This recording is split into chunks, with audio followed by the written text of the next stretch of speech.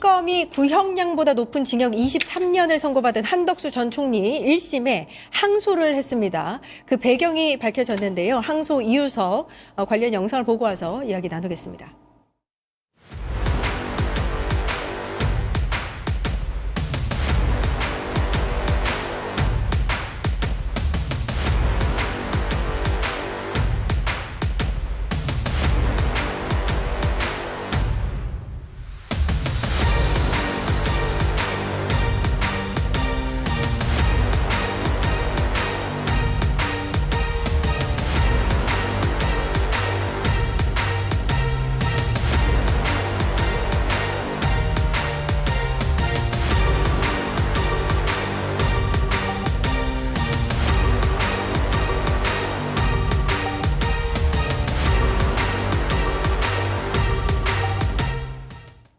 예, 징역 23년이 선고된 한덕수 전 총리 1심에 대한 항소, 특검의 항소 이유서가 어제 JTBC 단독 보도를 통해서 밝혀졌는데요.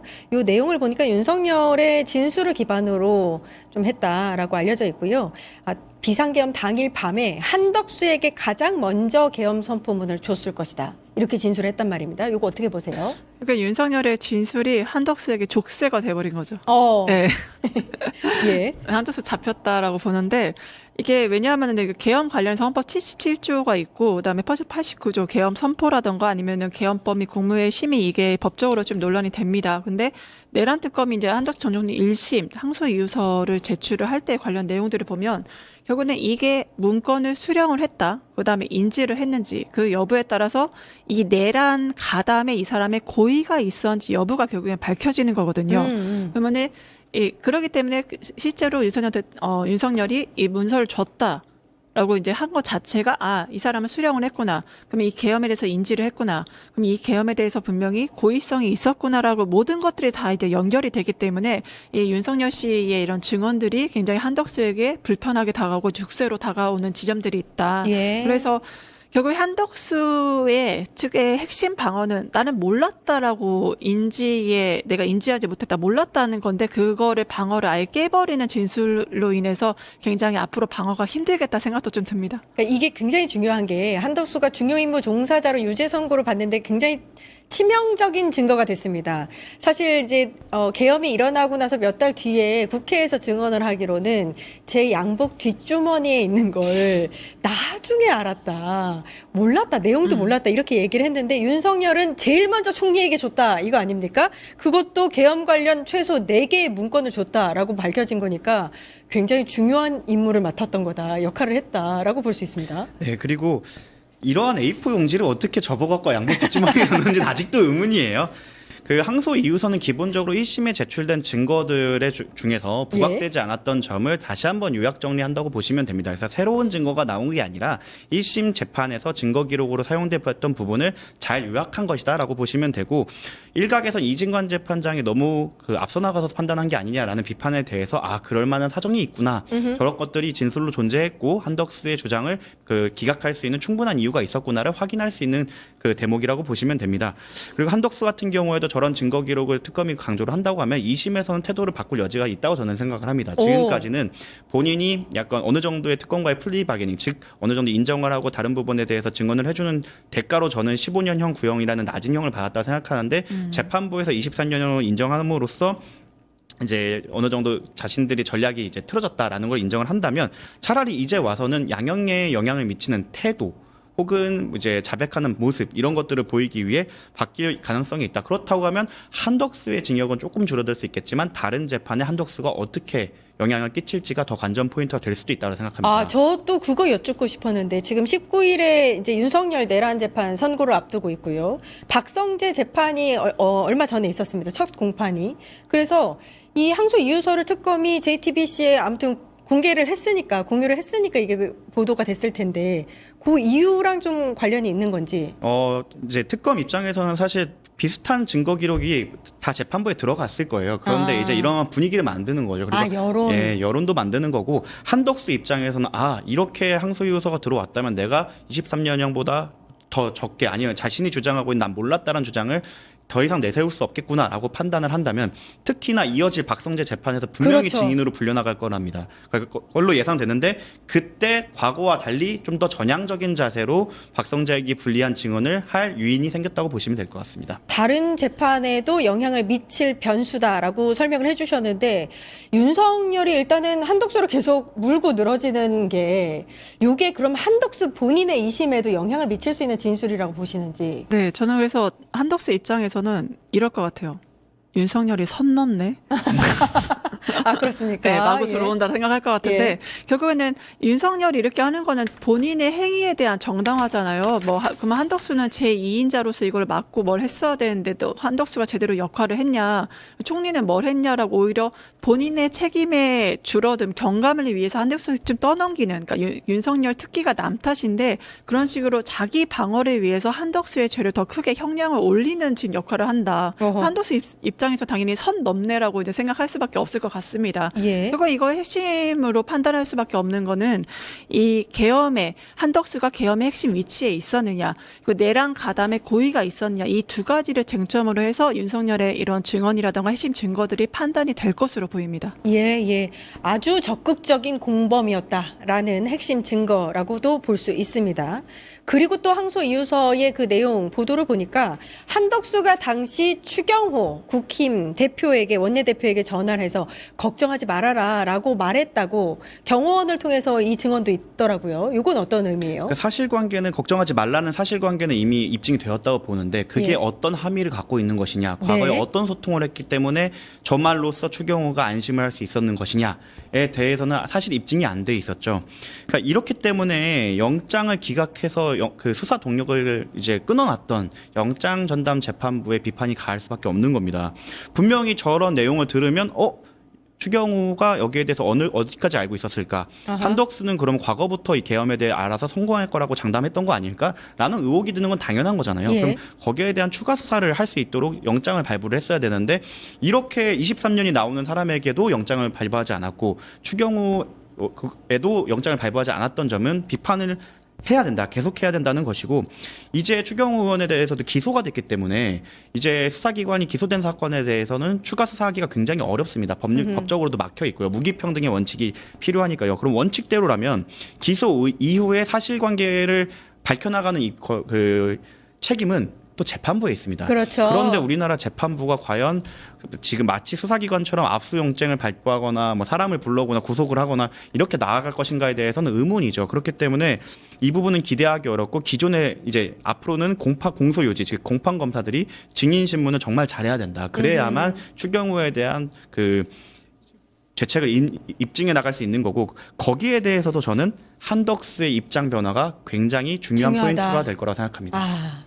그러니까 이 추경호에게 당시 전화해서 걱정하지 말라라고 한 데에는 여러 가지 의미가 있는 것 같아요. 한덕수는 이 계엄을 함께 추진하자고 설득했다라고도 볼 수 있고, 추경호는 몰랐지만 당시에 의총 장소가 여러 차례 바뀌지 않았습니까?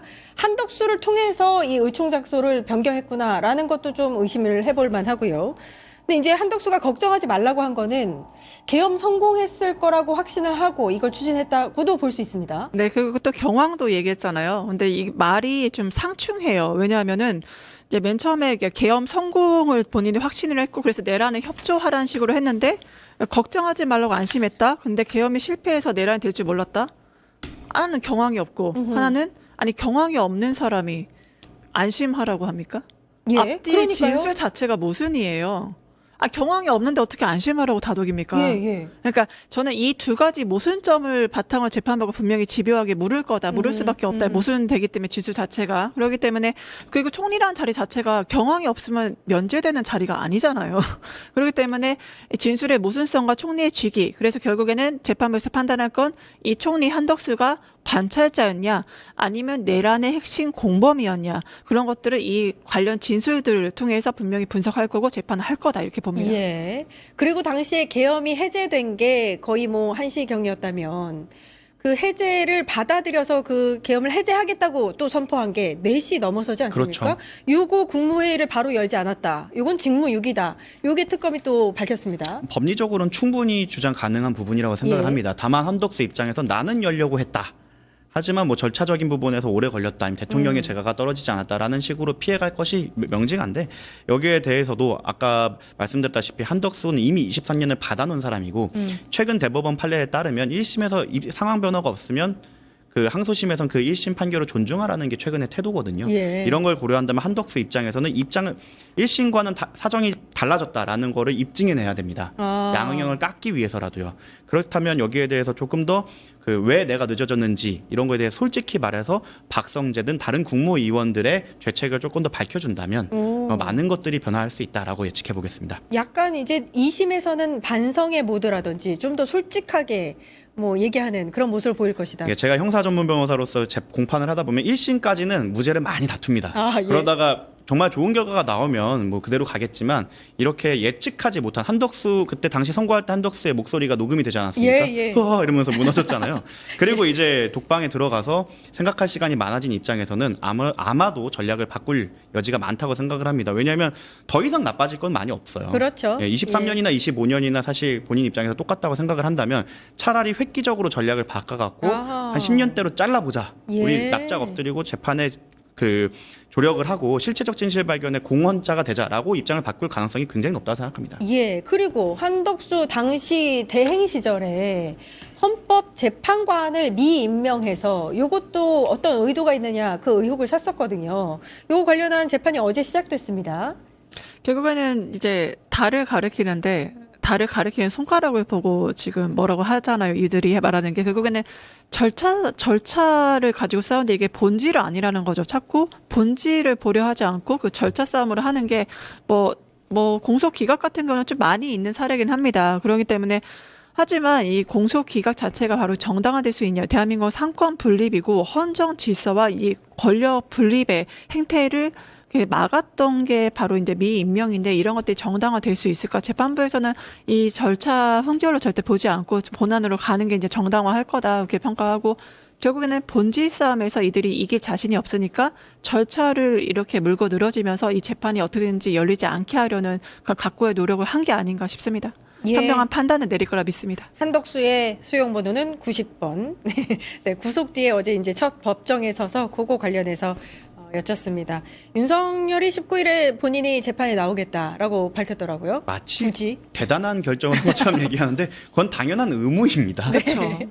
왜 그런 걸 왜 밝혔다고 보세요? 아직도 지지자들에게 자기가 얘기하는 예, 건. 아직도 자기가 그 엄청난 영향력을 갖고 있다고 생각하는데, 제가 오늘 서울구치소를 다녀왔거든요. 정말요? 예, 수많은 플랜카드와 많은 경찰 버스가 있었지만 정문 앞에서 깃발을 흔드는 사람은 한 분밖에 안 계시더라고요. 한 명 있었으니까. 예, 이미 뒷방이 되었다. 그걸 아하. 알기 때문에 계속 메시지를 내서 나 아직 죽지 않았다라는 걸 밝히기 위한. 영치금 받으셔야죠. 그렇죠. 네. 아. 계속 그 윤호개인 결집해서 계속 수입을 도모하셔야죠. 있다. 나 여기 있어. 아. 계속 돈 보내줘. 열심히 받을게. 네, 메시지를 예. 받으셔야죠. 서울구치소 네. 윤석열 보셨습니까?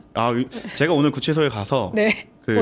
항상 그 자리에 있거든요. 근데 윤석열 씨는 못 봤고 그 자리에서 이상민 씨가 계시더라고요. 오! 권성동 씨랑. 그래서 보고 왔는데 권성동 씨는 그 독방이 잘 안 맞는지 살이 많이 빠지신 모습이었고, 많이 빠졌나요? 네, 이상민 씨는 마치 거기가 자신의 안방인 것처럼 다리를 꼬고 변호인 3명과 함께 이제 접견을 하는 모습을 확인을 했는데 아마 그래요? 조만간 선고를 앞두고 있는데 마지막 센 척이 아니었을까. 최근에 이제 좀 그 제조 공장이 바뀌어서 닭다리가 안 들어가는 걸로 아는데 앞으로는 이제 닭다리도 못 먹는 신세가 되지 않을까 싶습니다. 아이고야. 그러니까 아직도 그 변호인들 데려다가 그 밖에서 그러고 있는군요. 3명이나 있더라고요. 예, 알겠습니다. 여기까지 듣겠습니다. 정구승 변호사님 먼저 보내드립니다. 감사합니다. 감사합니다. 유튜브 구독하고 실시간 채팅과 댓글을 남기시면 매일매일 7천 TTCO를 드립니다. 참여 방법은 통통물 어플을 다운로드하고 회원가입과 로그인을 해주세요. 마이페이지에서 나의 회원 고유 번호를 복사해주세요. 유튜브 구독 후 실시간 채팅이나 댓글창에 고유 번호를 한 번만 입력하면 준비 끝! 지금 유튜브 채팅과 댓글 쓰기 참여하고 실천 TTCO 받아가세요.